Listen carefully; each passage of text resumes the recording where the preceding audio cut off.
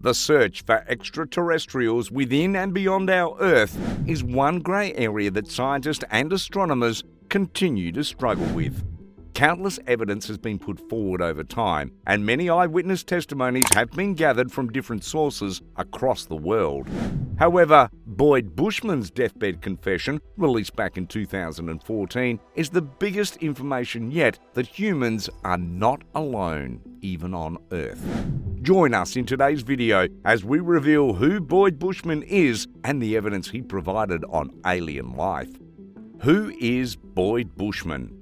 Born on the 20th of July 1936 in Arizona, US, Boyd Bushman is an aerospace engineer and UFO conspiracy theorist who became famous after his deathbed video confession went viral in 2014. Not too much is known about Bushman and his day-to-day life before he died. In fact, his Wikipedia page is virtually empty, and he only came to the limelight after his death. However, trusted sources and court documents confirm that he was a Lockheed Martin scientist who worked at the mysterious Area 51. What is Area 51? Area 51 is a code name for the United States Air Force Base located in Nevada.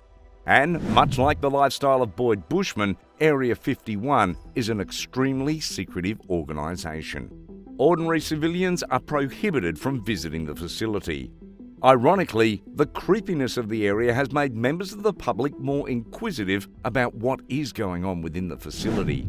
The forbidden aspect of Area 51 is what makes people want to know what's there, says aerospace historian and author Peter Merlin.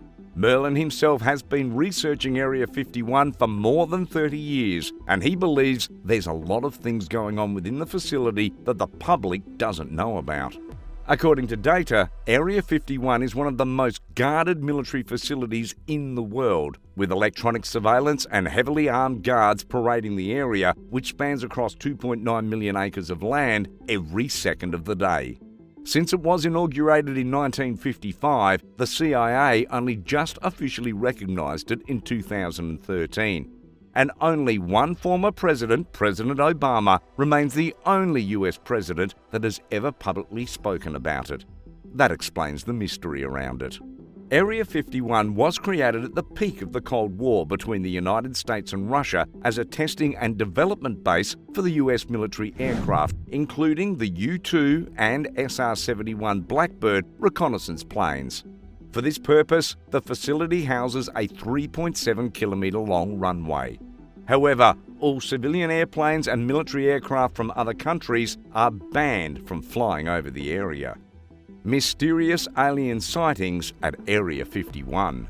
From time immemorial, Area 51 has been classified by the public as one of the creepiest military facilities in the world. And the countless books and movies that have been released about it has not helped its reputation in any way.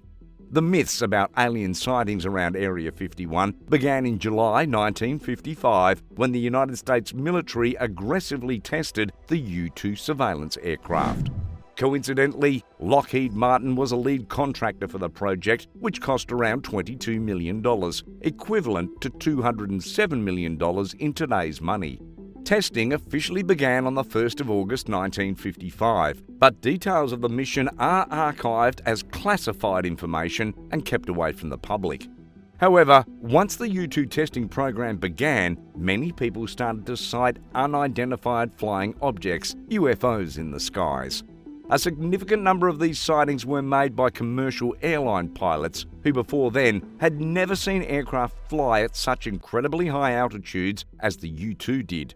Nowadays, commercial airlines are able to climb up to altitudes of around 45,000 feet, but in the mid-1950s, the limit was anywhere between 10,000 and 20,000 feet.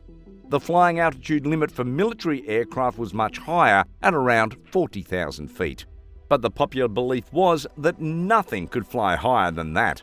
So you can understand how civilian pilots felt watching U-2 aircraft soar above altitudes in excess of 80,000 feet while flying at a speed of over 2,100 miles per hour. They had never seen anything like that before and simply concluded that they were aliens. Air Force officers and other military officials working at Area 51 knew well enough that these mysterious sightings were U-2 aircraft. But since the mission was classified, they were not allowed to reveal the truth to the public. This allowed for controversial stories about Area 51 to linger on and spread across every city in the United States. Information around the U-2 testing were partially declassified and released to the public in 2013, and the stories seemed to correlate with the explanation that the sightings were U-2 spy planes. But that's not to say alien sightings are completely false. Prominent UFO and alien sightings. Over the years, there have been several reports of UFO sightings. Perhaps the most prominent of these discoveries happened between June and July 1947, when William Brazel spotted a large area of bright wreckage made of rubber strips, tinfoil, and rather tough paper and sticks on a ranch in Lincoln County, New Mexico. Flying saucers were relatively unknown at the time, but news about UFOs and strange saucer sightings suddenly became rampant after Brazel's revelation, which was formally tagged the Roswell Incident.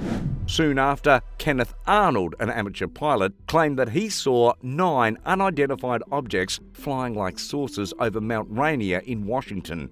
According to Arnold's estimates, these weird objects were flying at an astronomical speed of around 1,200 miles per hour. Then came the Levelland case in 1957, where several Texas motorists reported their engines malfunctioning after encountering a glowing egg-shaped object. The scared motorists claimed that they were only able to get their cars moving after the mystery object had flown past them.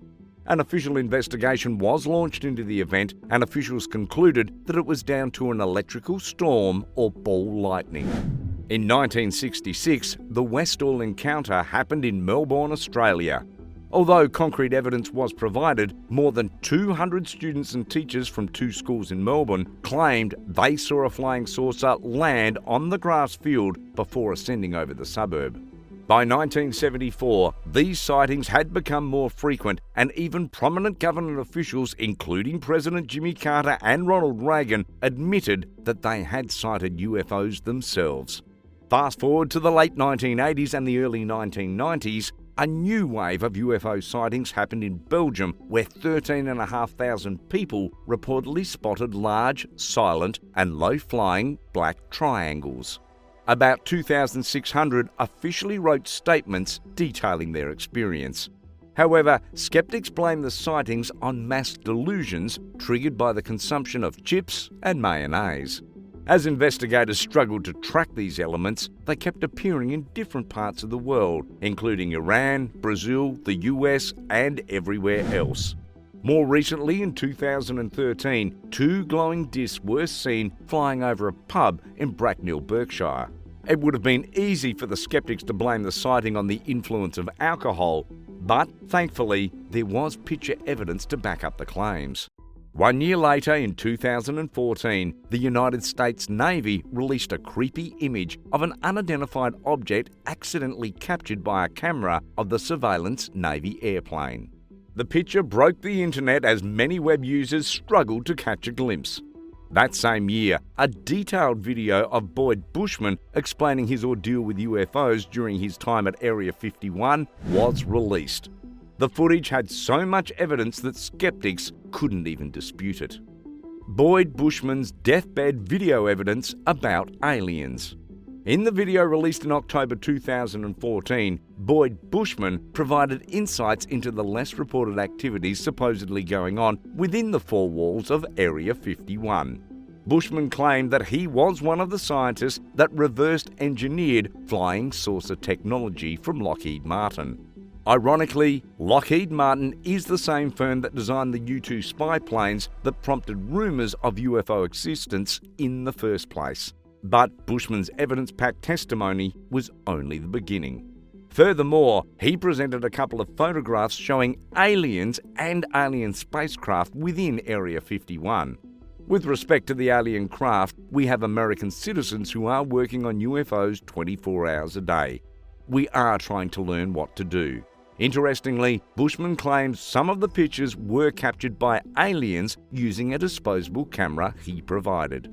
Of course, officials at the facility insist that Bushman's claims are false, but it's difficult to dispute the confessions of a research scientist with 28 patents to his name from a career spanning over 4 decades.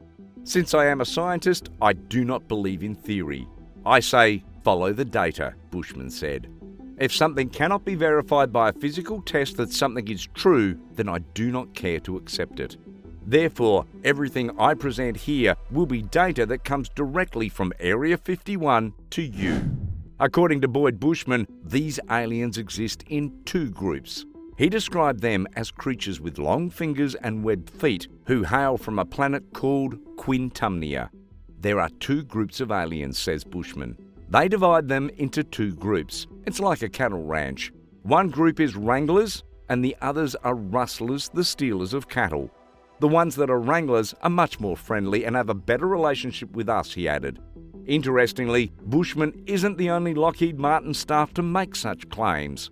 Ben Rich, one of the workers at Lockheed Martin who pioneered stealth fighter jets, said officials within Area 51 have the technical knowledge to travel across galaxies, where some of these aliens are reportedly located, but they wouldn't admit it.